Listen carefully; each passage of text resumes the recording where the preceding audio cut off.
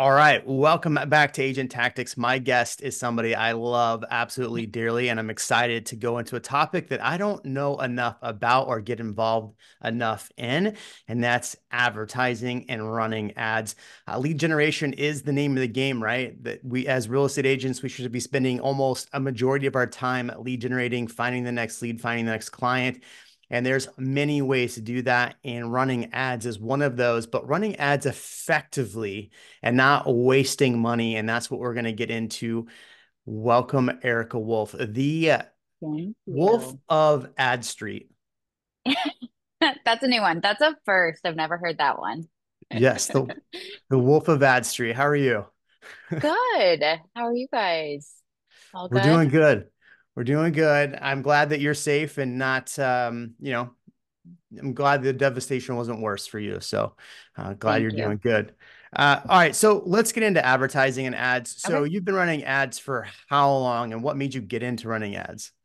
So I keep saying 8 years, but I really think it's been a decade. You lose track of time. When I actually looked at the first course I took was about 10 years ago, and I had stayed consistent ever since. When I started doing digital ads, the course I took had nothing to do with real estate, mortgage companies. I think they actually were really pushing like solar panels and drop shipping items back then. But the concept is all the same, right? So I deep dove into that because at that point I was making video content as well. But of course, my video content would only get out to my sphere of influence and followers, right? Which 10 years ago I was still young for in the industry. I needed to get in front of people that were buying and selling homes. So it just made sense to lean into the pay to play thing. And I've learned obviously so much more sense. But it's something I debate quite a bit. And I maybe there's a better term than debate with the organic traction versus the paid ads. I don't normally get great organic traction because I am a pay to play, but I know that it works and I know it's easier on my creative brain and um, on myself to not have to keep creating all of this content. And I can just put money behind it and get the views and get the leads and get the clients that way. It's just something I prefer to do. I mean that's good. You know, everybody does it differently, and so that's always good to have a different perspective. When you started doing this ads and actually getting into ads, what do you think are some of the things that, if let's say Chase is on the call and Chase is like, "Hey, Yeah. I'm going to start running ads like crazy," where do we not spend our money? The biggest thing for the real estate sector is getting hyper local. I think everybody wants massive amounts of people.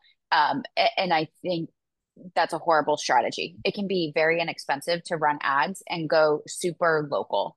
I do a 15-mile radius. Well, you have to now because of special ad categories, but I drop it on Jupiter, which is the town I'm in. I'm not trying to do all of Palm Beach County. I'm not trying to do these mass areas. So, as to where not to spend your money, don't try to get everybody. Try to do it in a small area and just do it very, very consistently. Yeah, and I want to talk audience in a minute, but Yeah. when you're getting your leads, are you going more after local, hyper local listing leads or buyer leads? So that all depends upon the content that I put out, and I can Okay. shift that. Our business, we do about 85% listings. Okay. So my content naturally leans that way, and we just have such a good strategy for our listing sides. But prior, I could put out buyer content and I will get the buyers as well. So it really just depends on who the client avatar is, who are you speaking to in the video, what does your ad copy say, and just get super specific that way. Awesome. Where are you spending your dollars on advertising? What does that look like? So I'm typically 1,800 to 2,300 a month on Meta. So that's your Facebook and Instagram. Probably spend around 600 to 700 a month on YouTube and my Google pay per click. That one's easy. I just feel like that's like a cheat code. That's not like something I actually do. It's pretty easy to set up. I think we spend like 300 bucks a month on that. And what about you And do postcards too, right? yeah, so we do a lot of mailers. I have a really good connection on the print of it, so it's pretty inexpensive for me. But I think everybody can set up a distributor account and do it cheaply as long as you're willing to commit on it. But I think I spend around like 3 to 4 thousand a month on print. I mean, print's more expensive than anything. It always is. So you're 1800 on Facebook Meta, you're Correct. 600 on YouTube. Yep. I don't think I heard what you said on pay per click. I think the max is 300. Like, so you don't get to set a maximum amount of volume on pay per click. It's how many people click, you're paying per that click. Got it. I have it set that I could spend 2000, but we've never gone over like a 300 threshold for some reason. We're just not getting those. Okay. And then about 6,000 a month on um, I would say three mail. to four, three to Okay. four. We'll say 4,000, just the high end. So we're Yeah. talking your ad spend per month is alone around 6,500 to $7,000 ish. Yeah. What does that look like in lead flow and close deals? So this is what is so hard, and I speak on this so much. The ROI on this is so hard because when you are doing the digital, the print, we pay for like little ad spend on like diner placemats. When you're doing kind of everything in your town, it's hard to decide which item was truly what got you that lead. I basically sum it up as if they say we just see you everywhere, it's part of the digital marketing strategy, right? On average, commission wise, the team brings in, we're around like 100 to 140,000 in commissions every month. So 140,000 in commissions. You're And probably that's my cut of, if that makes sense. right. That's not total with all the girls. So when you think about it, you're really only spending about 5 to 7%, maybe 8% of your income on actual ads. So that's one thing I always want to get to the bottom of, right? Because a lot of people, they're spending all this money on ads and they're spending this money on stuff that they don't need. And if it's not working, then we want to make sure that we change that. So as far as prioritizing, one of the questions is, why do you spend more on Meta over YouTube? I'm always curious how to run ads. I don't even know how to run a Facebook ad. So why Facebook? Why is that the one you spend the most on? And what are you doing to really tweak and create those ads? Well, I got to poke the bear, Jeremy. I have a course that put out that can teach you how to run ads too. Okay. We'll put it in the Okay. chat. So Meta, I love Facebook, and maybe it's because that's just where I first got recognition. Like that's where, I mean, Jeremy, we met there. Like we had so many Facebook groups, but local community groups as well. Like it is in comparison to say Instagram or YouTube, I feel like there's a better sense of community, right? With the local groups, and I can post content in there as well. But if you look at at least for my area specifically, is if you look at the average age of these users, a Facebook user owns probably multiple homes in my area, right? They're going to be 50, 60 years old. I mean, you have the 40-year-olds now too, but they're homeowners. Instagram, you can get caught up in trends. We don't do rentals, so I'm just like you have a younger audience there as well. YouTube, I feel like the people that are on YouTube all the time are younger as well. And when you look at the age demographic for my area, Facebook's a no-brainer for me. So what are some of the tricks then to running Facebook ads? Is it just you put out a video and you run ads on the video? What's working on Facebook? So location is the biggest thing hit home again on is make sure you have your location down pat and keep using that same location. And then saved audiences, right? So if I run an ad, let's just say it's a listing video. If I run an ad, I'm going to save the audiences on people who watched 3 seconds of that video, 10 seconds of that video, 25 seconds of that video, and I'm going to save them. But I also save it based upon home type, right? So you have more ranch homes, you have more modern homes, you have more beachy homes, more rural homes. Like I try to bulk those together as well. because I'm paying to put my content in front of these people. I want to make sure that I'm able to put it right back in front of them again.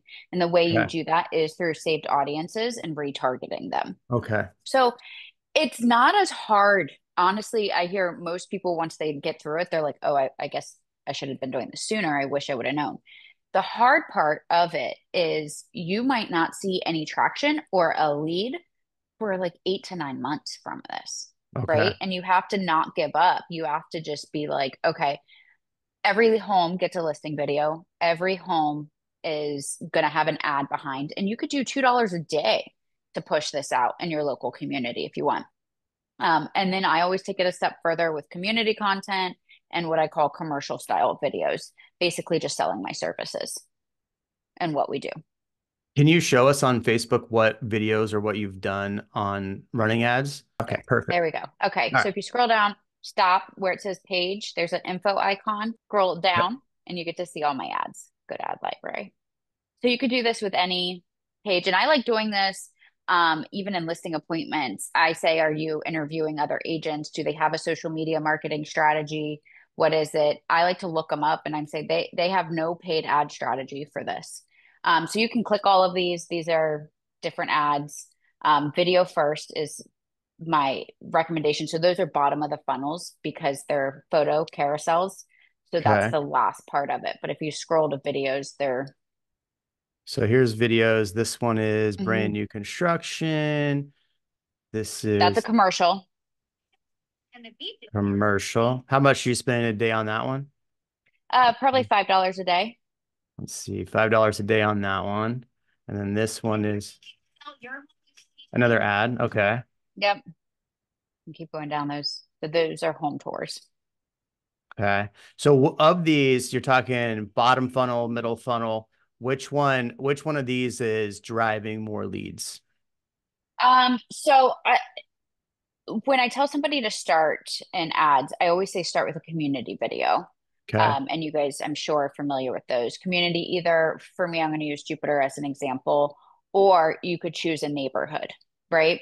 But I would always, especially when I'm first starting out, I would be doing a community tour. This is Jupiter. Here's our favorite places. Here's our favorite things, yada, yada. And why I would do that as one of the first ad campaigns is people love the familiarity of it, right? They're going to watch probably longer than 10 seconds because it's where they live. And it's another easier way to get through people who don't live in that community as well, right? And then so after the community video, I'm saving that audience as well.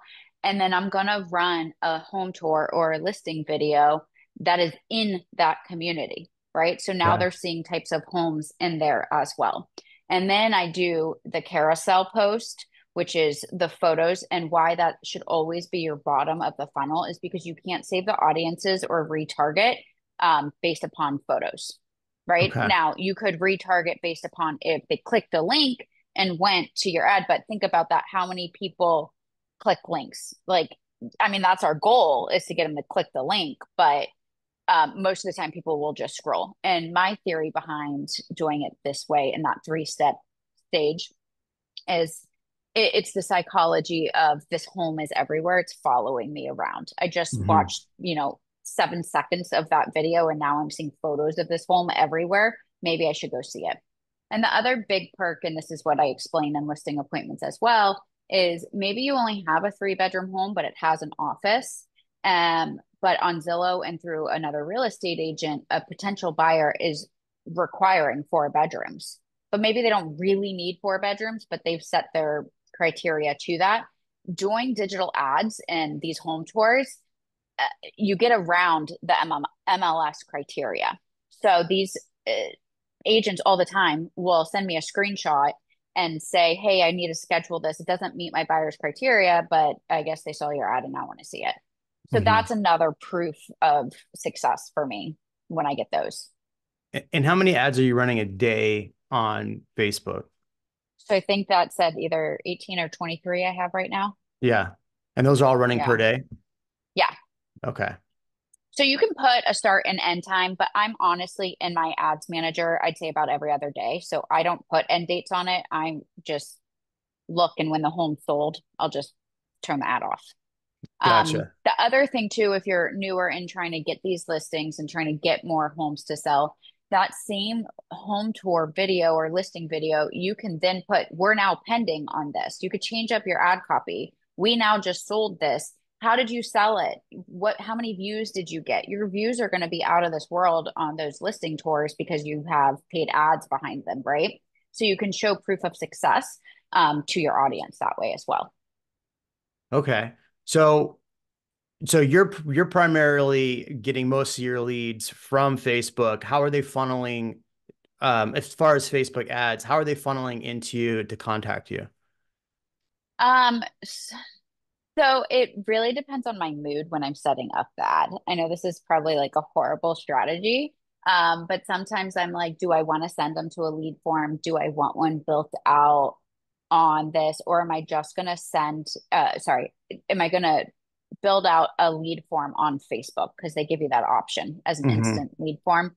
Or am I just sending them to the home property tour website, the single property website? I typically with home tours send them to just a single property website, right? Because that's Okay. pixeled again. So if they clicked on that, I'm pixeling that and I can retarget if they went there. And there's contact us on there if people really do want to contact us. Um, And those are from your w- website? yeah. Yeah. So, and they would go into the CRM, but I'm not a huge person that is just trying to collect leads.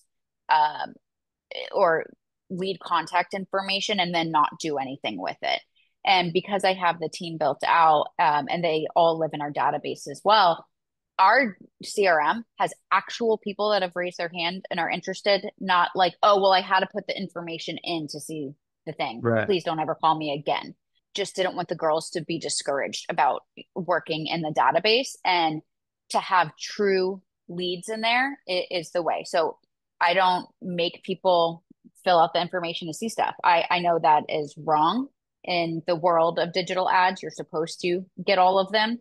But if you're committed to retargeting and having a digital ad strategy, you're just going to stay in front of them anyways. And eventually they pick up Yeah. the phone or they message you, you know, and say, hey, I'm interested. Or they So how fill does out a contact us or start their own search. I mean, we get so many people that start their own searches on our website.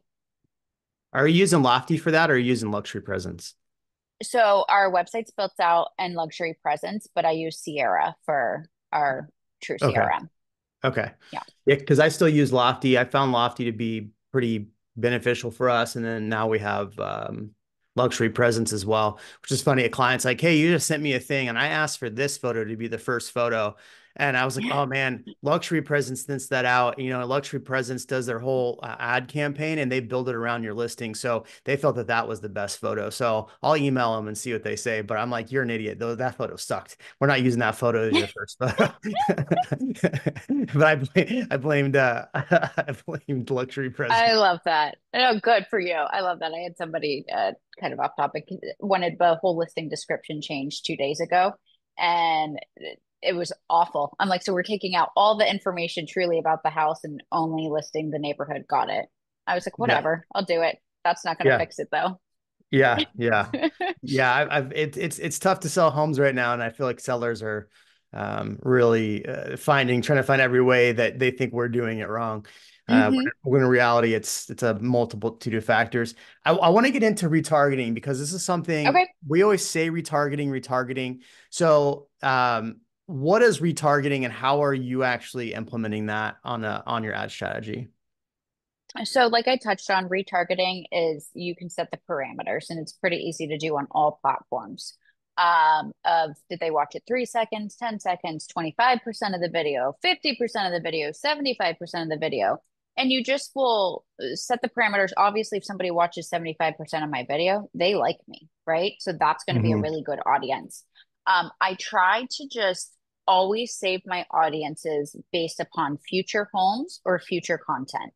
Um, I mean, a big thing when I really went all in on the ads and really started investing more in it and stopped trying to just constantly make new content was if I'm spending, let's say, 1,200 to 1,800 on a media package for a property or a commercial video, how do I get to use it again and again and again? Like, I don't want a one hit wonder with the amount of money that I'm putting behind on these properties, or the content, right? So when I save the audiences, like I said before too, based upon home types, location, um, price points, so you can save them multiple different ways and you can add multiple videos to any saved audience. So I do individual audiences, I would say, based truly just on that property tour or that commercial. But then I do bulk saved audiences. So it's all like items. And then when it comes back to running a new ad, I decide, do I need a new pool of people or do I just want to keep putting this in front of these people? And I decide who these people are. Who's the buyer avatar or the client avatar that we are trying to get out of this promotion. Um, and it's kind of trial and error, to be honest. But when you do it so much and consistently, my audiences are really good. Our population in Jupiter is 54,000 people. My saved audience is 61,000. So I have, visitors that are coming in and out that they're pinging big data that they're here and that they were looking at Zillow or looking at one of these other sites that shows they're interested in a home.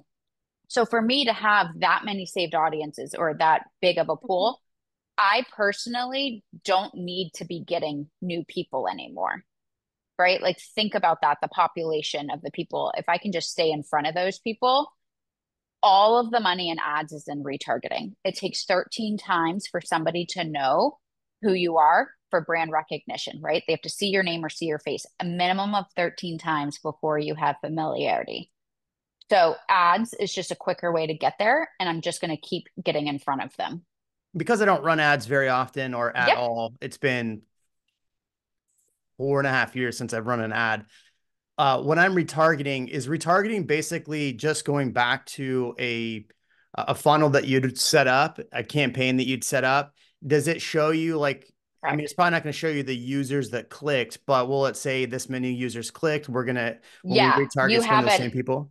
yeah, you have an audience amount Does for it sure. does it show you who the users are? Can you start DMing No. them and be like, "Hey, I'm a sleazy realtor. How are Nope. you?" Oh, Only okay. if they like it or comment on it, but you don't get to get their information Okay. on that. All right. But there's so many other things that can be done that I don't do. It's just why try to fix what isn't broken, and it works for me. But you can upload your CRM list, you can upload this, you can link that, there are so many other aspects that you could put these ads in front of.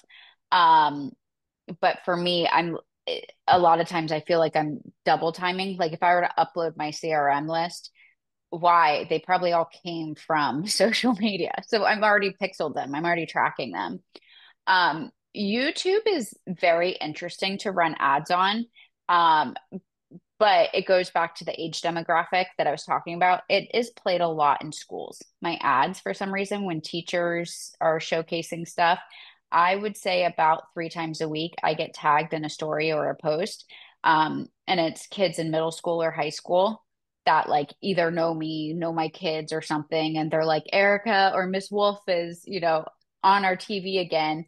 And the kids get excited. My friends' kids like will text pictures and say, like, look who was on today at school. I'm like, so it's interesting the demographic. I'm like, so in 20 years, they'll be ready to sell Yeah, homes. But it's good for sharing. For some reason, they love seeing the commercials on YouTube. I love it. So I don't run ads on YouTube. And so we've had Will Draper on here and we've talked about running ads. I'm curious, how are you running ads? And is it on full length videos? Are you doing shorter videos? How does that work? Are you asking platform specific Yeah, YouTube. or? Yeah, it'll be the same ads that I'm running on Facebook. So it could be a minute long home tour, could be a minute and a half commercial, and they have the click through. So what they can click it after 6 seconds, Yeah. the skip ad. So are you trying So when you're setting these up and creating these, are you keeping in mind that the first 5 seconds most people can't yeah, click out? So what are you saying? I mean, we can click on one of your ads here, but what are you trying to get it's across in five it- seconds? it's always going to be my face first or one of Hmm. my agents. And sometimes I introduce myself, or now we've been trying to get more into like a hook. right? Like that everybody talks about. I just suck at them. Like, my videographer is pretty good at them. Like, you've never seen a backyard like this before. Like, we're just saying something like that, um, is our hooks now. Yeah. So when we had Will Draper on here. Will was talking about doing, if you're going to do a property tour, obviously have a really amazing hook, but he was talking about running YouTube ads based on like market update. So Jeremy Knight, your local real estate expert, today's Dripping Springs news is blah, blah, blah, blah, blah, right? And so he was saying that when you run ads, people, all they're going to hear is Jeremy Knight, your Dripping Springs realtor or whatever, or, same thing for Jupiter. But Correct. you're saying, hey, check out this backyard, right? And so it's a little bit different than what he was saying. Yeah, I mean, but it also goes to the strategy that I'm not trying to recreate a different video for each platform anymore. Right. I'm trying to like make sure 80% of the way we're getting it done, right? Are there better ways? I'm sure. Should I be repurposing individual videos? Probably. But if I make my checklist too long, I'm probably not going to do it. And I'd rather just be taking action. So your favorite platform still is Facebook.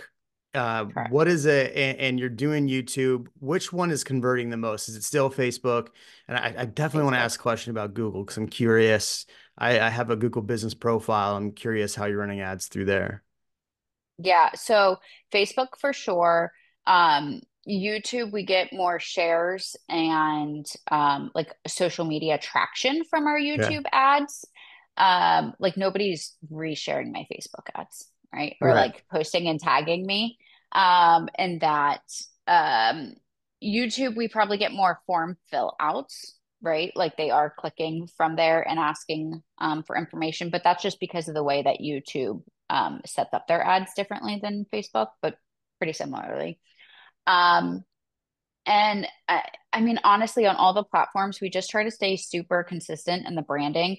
So even like you're saying, Google My Business, our videos are posted on Google My Business. Maps, we all have Google Photos on our phones.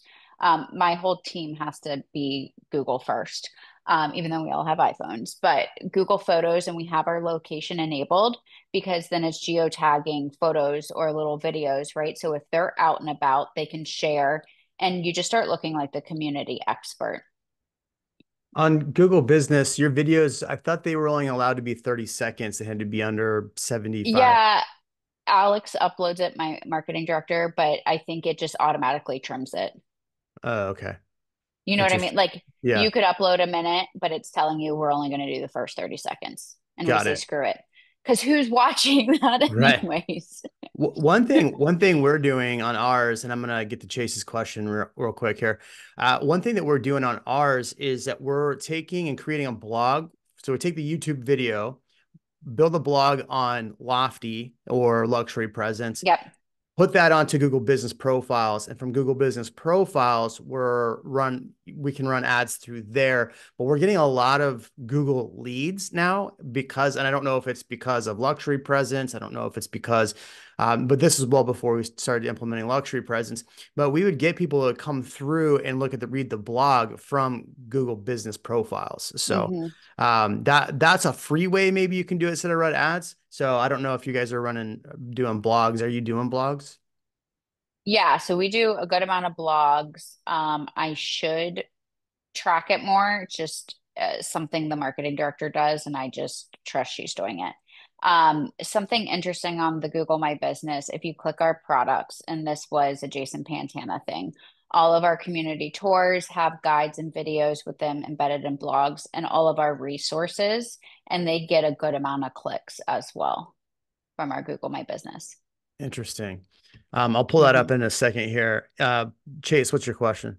Hello, You're Erica. muted. Thanks Oh, there you for go. so much for adding a lot of value to us. This is awesome so far. No, thanks. I, similar to Jeremy, do video, blogs, Google My Business, right? So I'm simultaneously thinking, hey, we can then run on Facebook, our business Facebook page, that blog or that community tour. But the top of the, I guess, content creation is the long form YouTube stuff. In addition, I guess at the basis, like of the question is, in addition to your location that you're consistently running, what are other tags or keywords, if we want to call it that, to help create that, I guess, profile of the person that To then you're going to. define it, yeah. So a lot changed when the special ad categories came out, right? Before I used to go based upon income levels, and other things like that. So you're really not allowed to do that much. You are able to do like Zillow.com, Realtor.com. You're able to add some of the websites that a home buyer or home seller may be looking at. Is probably the only other way I would define those. Because for me, again, if you set the location and it's people living in or have recently been in, and if you're just like, I need people that are interested in real estate or buying and selling likely, what are those consumer facing websites they're going to? Aside from that, you don't get any family uses, you don't get any. Sometimes when I have a waterfront home, I will think of what things those people probably look up on the internet, so like boating, maybe they like paddle boarding, maybe they like this. Like you can add an interest like that, but they really have tied our hands to it. So that's where the retargeting really, really comes into play because people will 100% stop watching your videos or hit not interested if they're not interested. So just bringing them down that funnel that way is what I've found to be the best.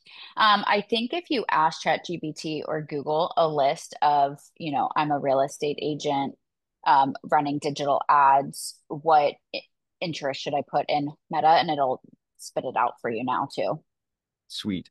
So then you have that ad and you've run it for a week or 2 weeks. And Hmm. Facebook is now giving you the analytics of they watched your Yep. video for this long.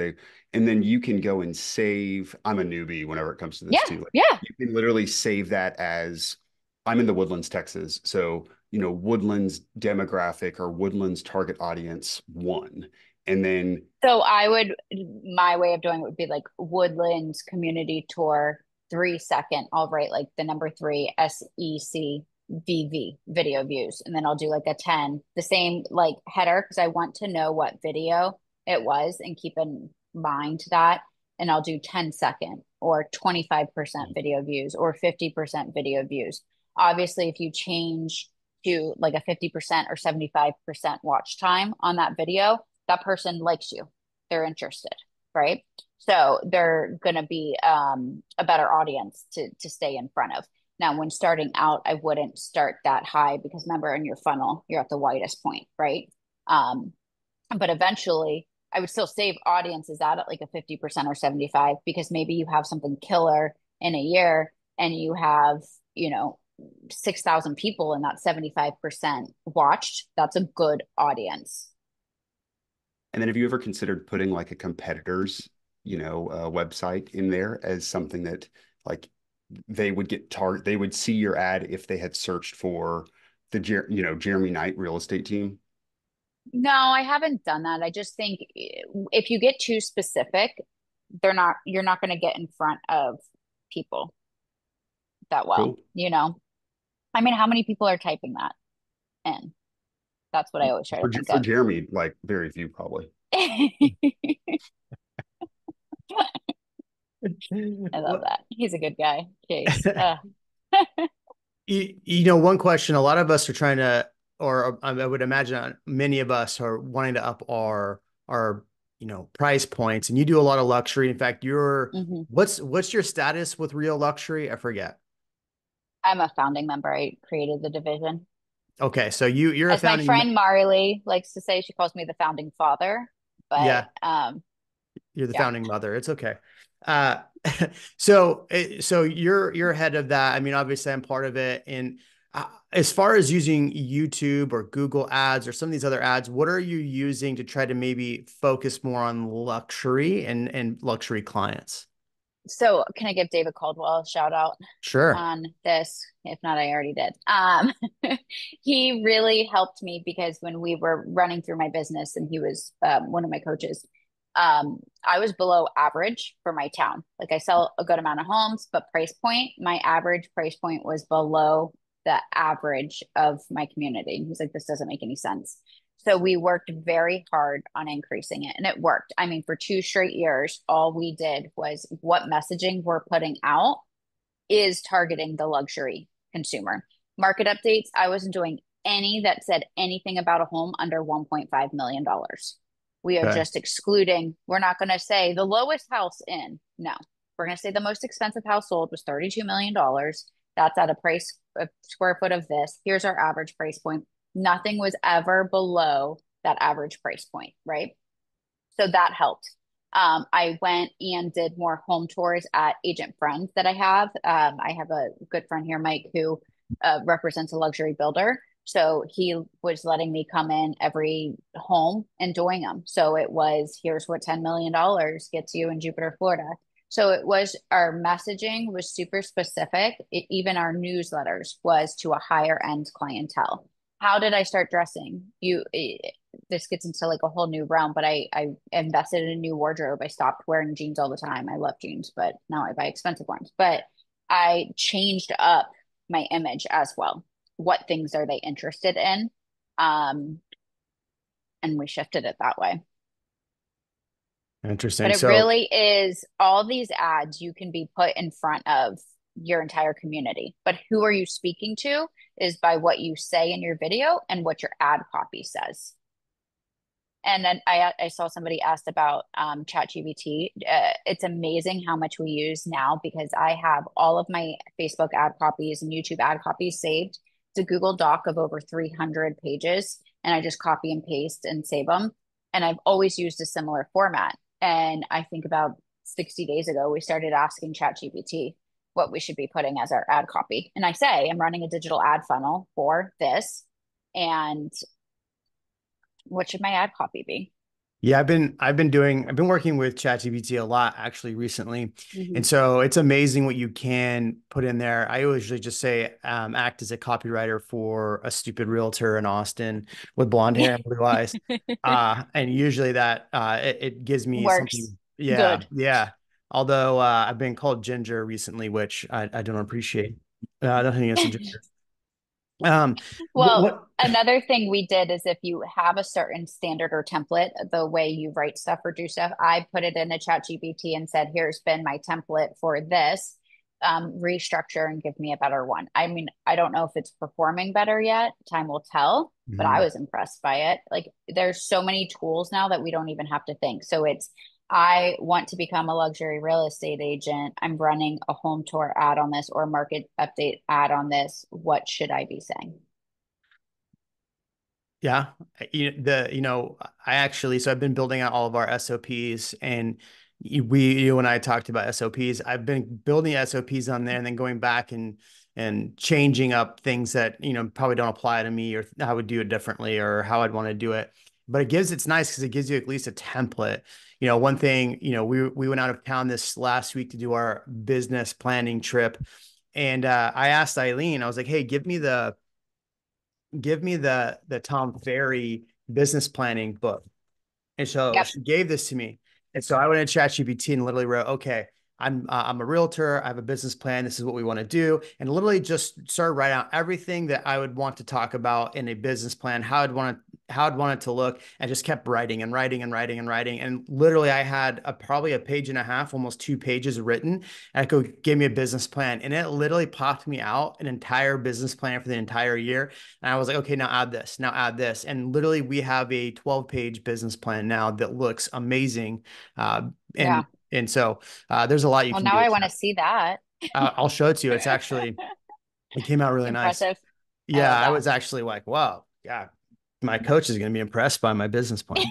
Uh, uh, um, yeah, but I've been working on SOP for, talking to agents. I've been working Yeah. on SOP for just like what we're doing on the back end. I hired a company to help us with that as well. So it's been interesting, and running ads might be on our list of things to do this year. So So, I mean, just as a good example as well, because I did make the digital ad course and it did really well at the jump, but I'm like, I'm not promoting it enough. And I was like, why the hell am I not running ads on this? Right? yeah. Like, I don't have special ad categories that I have to stay within now. And it's really easy to target real estate agents, right?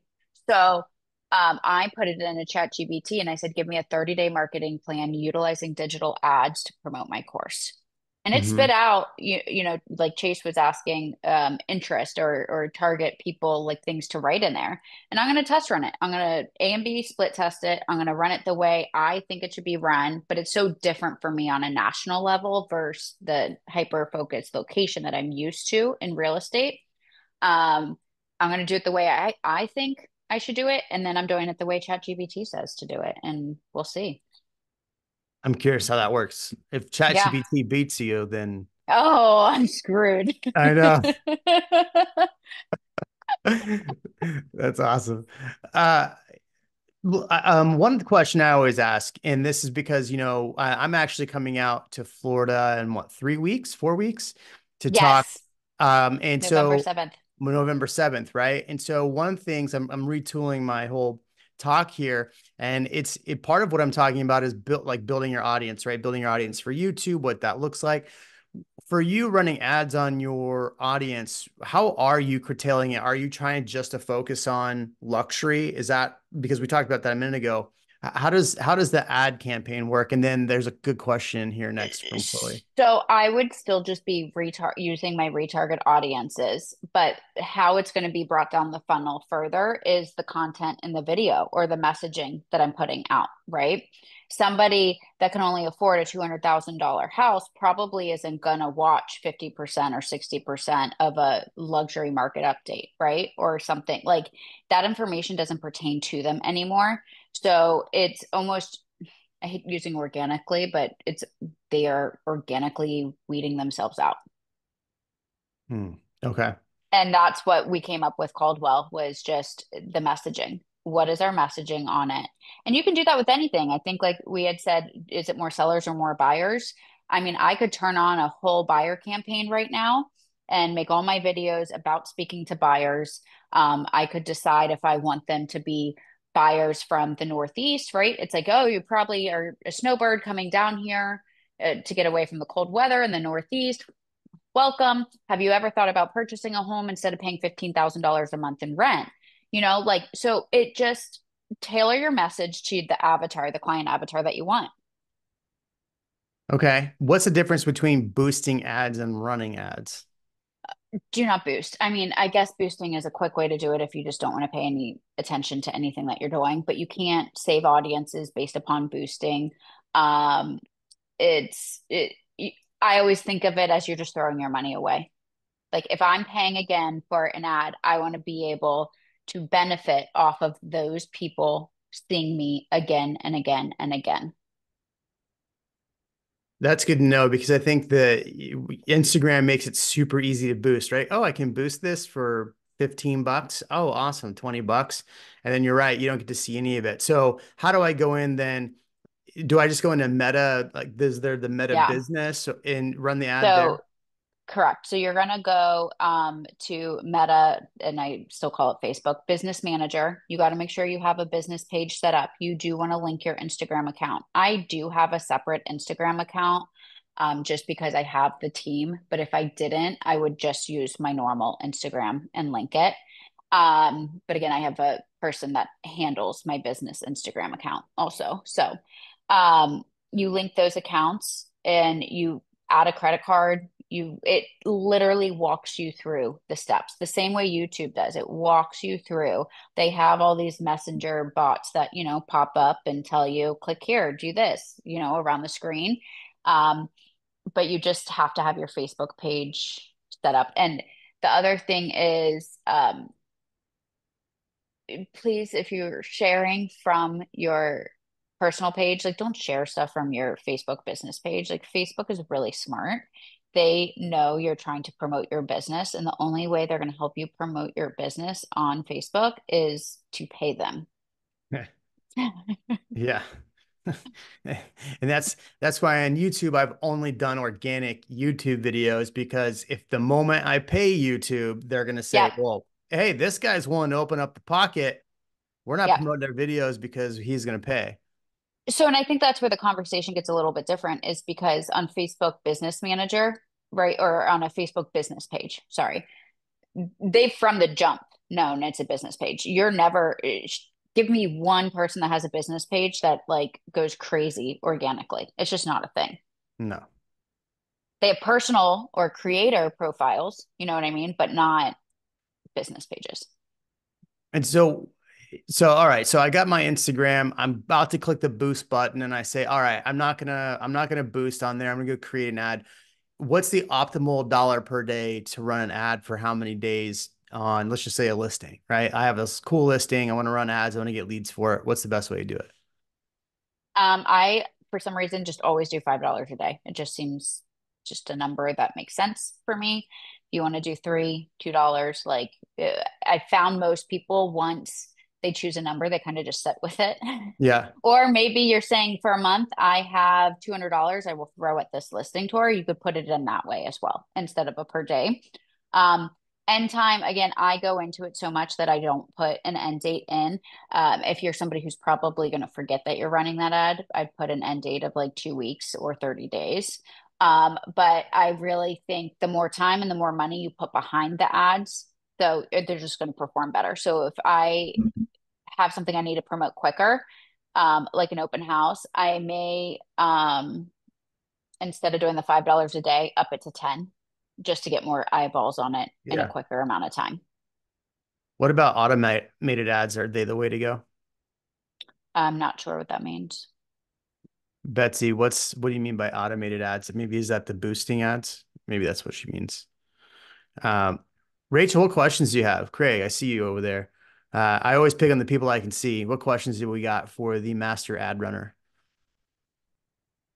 I mean, yeah, I was curious. You guys have a great machine going very clearly, and it's beautifully manicured. I'm wondering for Thank people who are you. kind of just getting started on this, what are the tasks that you recommend just immediately outsourcing? And that's a better, use of time to outsource than to try to perfect it yourself. I mean, I don't even know. I tried to outsource ads to somebody before who actually ran ads successfully for other agents, but in California, and she did a horrible job in my area. Just because I think you can try to outsource it, but at the end of the day, we are so location specific. How are they going to know? Unless they're here, right? Unless they know the neighborhoods and the community. And the quickest way is through retargeting, and retargeting is based upon location and types of homes in our industry. So I think it's a hard thing to outsource. I mean, I guess if I were to outsource it, it's what's my content plan? Tell me, let me go shoot it. Community videos and home tours. And then, I mean, I just, they can make up the ad copy for you. And maybe you tell them what saved audiences you're running, but I for me, think it's it something was I'll do.